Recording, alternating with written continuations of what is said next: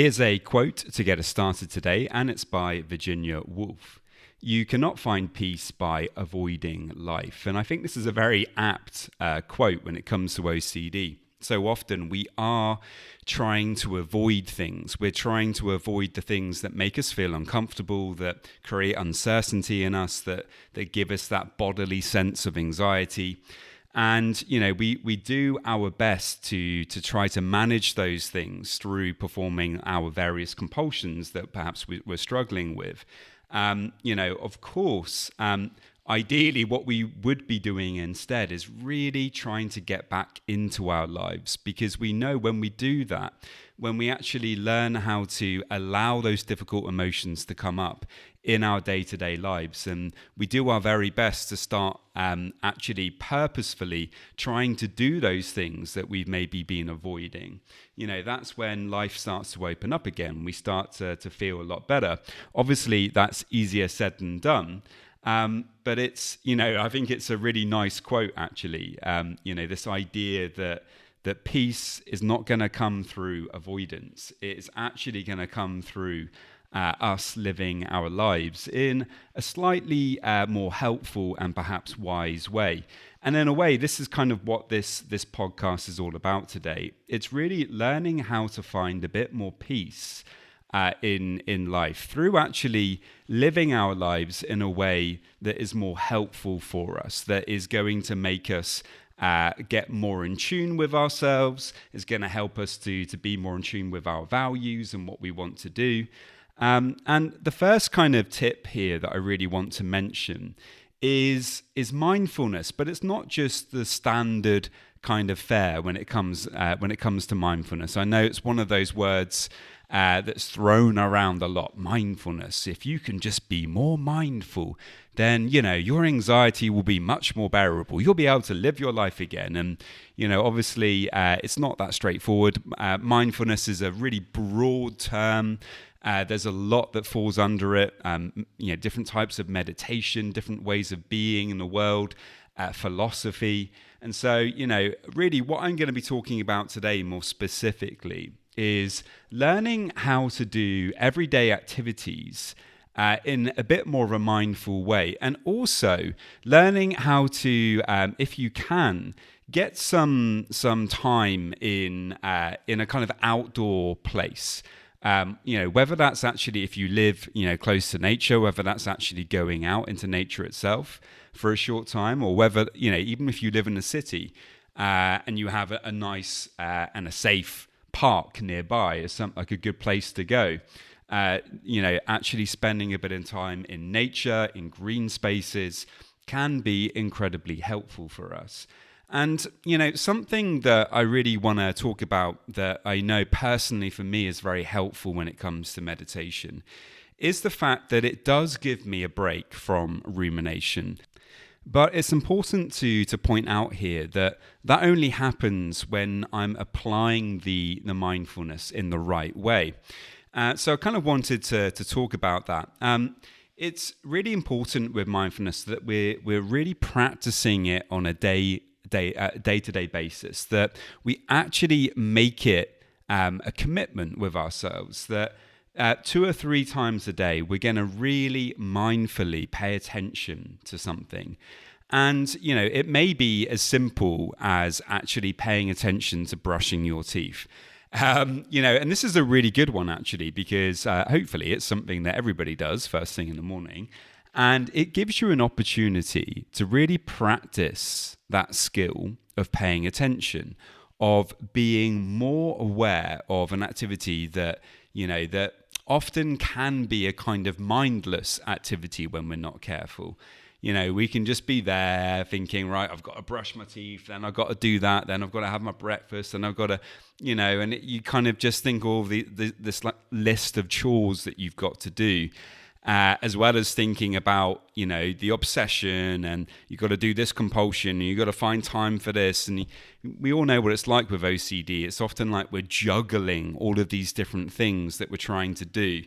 And actually, the idea of mindfulness is to slow everything down for a few minutes, to really try our very best to just focus on one thing.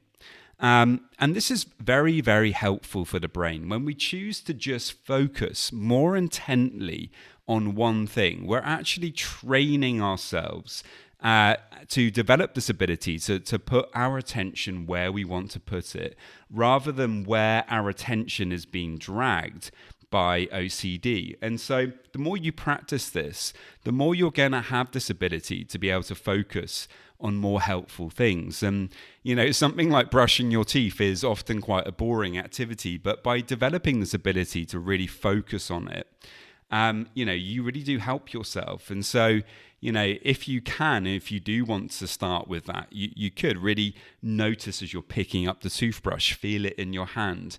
Notice as you're putting the toothpaste onto the brush. Be aware of any movements that you're making during this process. Really taste the toothpaste and notice the brush going across the teeth, on the gums.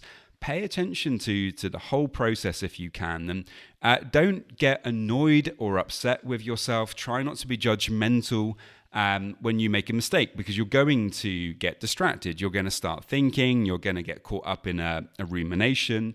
The idea is not to have no ruminations. The idea is simply to, whenever you realize you've been caught out by a rumination, to bring your attention back to the present, to brushing your teeth.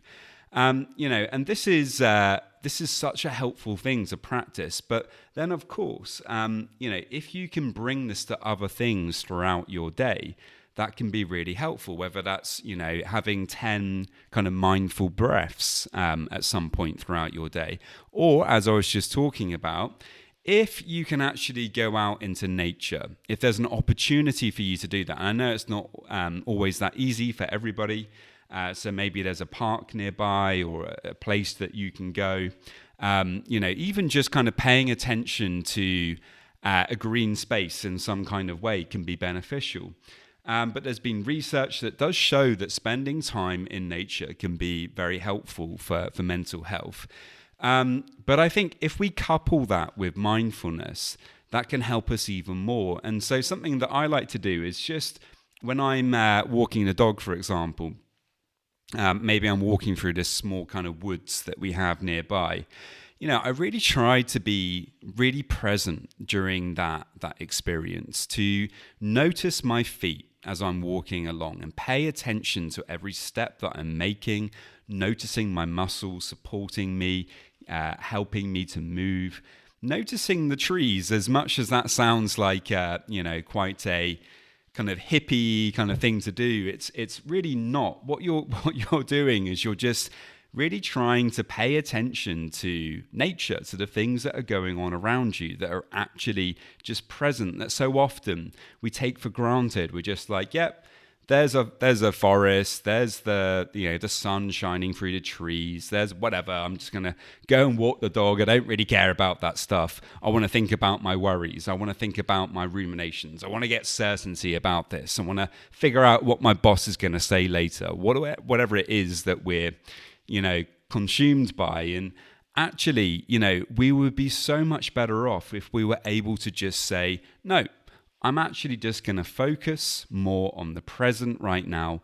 I'm going to pay attention to what I can see around me. I'm going to try to notice my senses more. I'm going to really try to feel the wind on my skin. I'm going to notice the sun as it's shining through the trees. I'm going to pay attention to every little pebble I can see, whatever it is. Just notice the things that are happening around you. And again, when you get caught up by your thoughts, which you will do, try to remain calm about that and just keep bringing your attention back to the present. We don't need to be perfect with any of these things. The whole point of kind of mindfulness, in a way, is really learning how to train your ability to keep bringing your attention back when you get distracted. And like that, well, you can't really do it wrong. If you just keep reminding yourself, okay, I've been distracted, it's been a minute or two, that's okay. That doesn't mean that I've failed. That doesn't mean that I've completely messed up. I can just now say, okay, now I need to bring it back. And just keep practicing that. And over time, you are developing this ability to focus more. And I think that really does help in the long term with OCD. Tip number 2 is, to really focus a bit more on valued activities when you find yourself ruminating too much. And ideally things that involve exercise, as I was talking about a few weeks ago. There's obviously a lot of new research that's come out recently, a meta-analysis that showed, huge benefits of exercise for mental health. Obviously, if you are beginning a exercise journey, make sure that you start slowly. Consult a doctor if you haven't done much exercise recently. But activities that you enjoy, that you find fun and interesting, activities that are related to your values, they basically make it a bit easier for us to pay attention. And as I was talking about earlier, rumination in a way, it's all about our attention. Where is our attention going? Are we allowing our attention to move onto unhelpful things? So often we are. And, we do have a choice here. And this choice is so important. Even when you are making the wrong choice, I find it's really helpful to just kind of remind yourself, okay, I am choosing right now to pay attention to this obsession. I don't have to. I could instead focus on doing this puzzle, or I could go for a walk, or I could go for a run, or I could lift some weights, or I could do 10 chin-ups, or I don't know, whatever it is that you want to do. There's so many things that we could just say, rather than just sit here on the sofa thinking about this problem again, can I instead just go and do this or that? And often when we do, okay, maybe the rumination is still going to be there in the background, but for a little while you've had a bit of a break from it. You've found a little bit of peace for a few minutes, and often that's just what we need in order to kind of get past that urgent moment. So often with OCD, there's these waves, these waves of urgency that come up. And, the obsession feels much more strong, much more urgent in that moment. But when we busy ourselves with something, that urgency tends to kind of come down. We're able to kind of ride out the storm of that OCD moment, and we don't get so caught up in it. And so valued activities can be really important with that. It might be helpful if you set yourself some goals or some targets in relation to valued activities.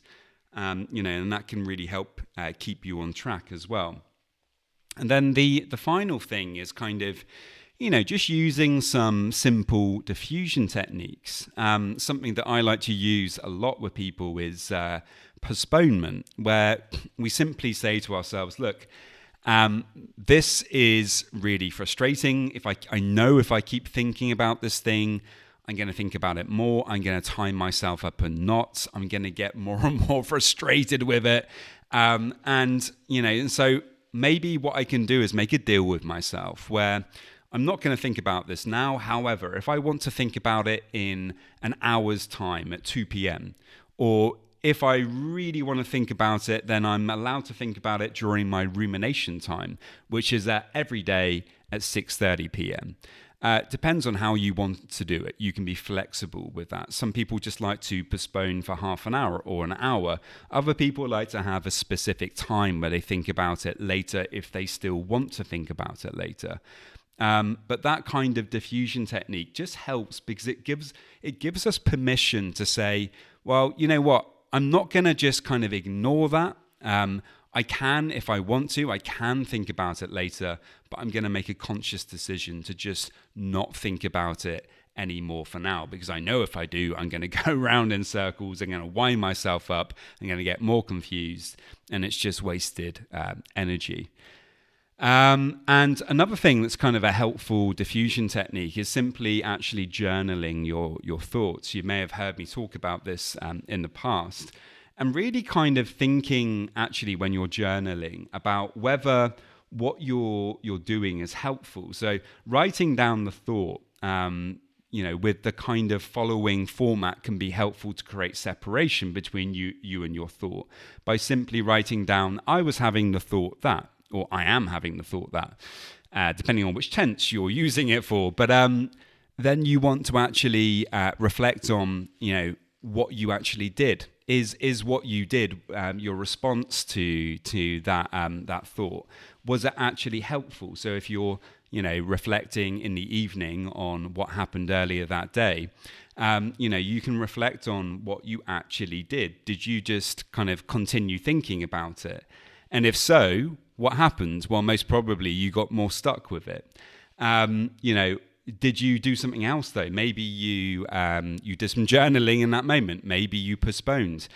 Maybe you went for a walk. Maybe you did something else. And we really want to start kind of building up this habit of doing healthier things that we know are going to help, rather than just doing the habitual thing, which unfortunately for most of us is to just kind of ruminate, particularly if you're struggling with kind of pure OCD. If you're struggling with physical compulsions, then, of course, there may also be some rumination there too. But it's the same kind of thing. Can you find other strategies, other things that you can do, as we talked about today, related to your values, related to mindfulness, that are going to help you to focus your attention in a healthier and more positive way.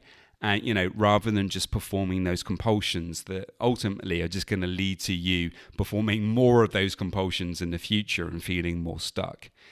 So there we go, guys. Those are my 3 tips for finding a bit more peace when it comes to rumination and compulsions. So I really hope that you found that helpful. If you have any questions at all about anything I've spoken about today, do please let me know. And also, remember, I do now have Patreon for the podcast. So if you would like me to do your own podcast, to answer your own kind of question, then I can do that in the Patreon group. So follow the link in the show notes if you're interested in that. And many thanks. I will see you next time. Just a quick reminder that if you want to get a free session, all you need to do to get that is to head over to my website, www.robertjamescoaching.com. And there you can leave me a message and we can arrange the free session. And now just a quick reminder of my disclaimer. Any information that you view on my website, Instagram page, Facebook group, or anywhere else online, or any information that you listen to on the podcast, is for informational purposes only and is not intended to be a substitute for actual medical or mental health advice from a doctor, psychologist, or any other medical or mental health professional.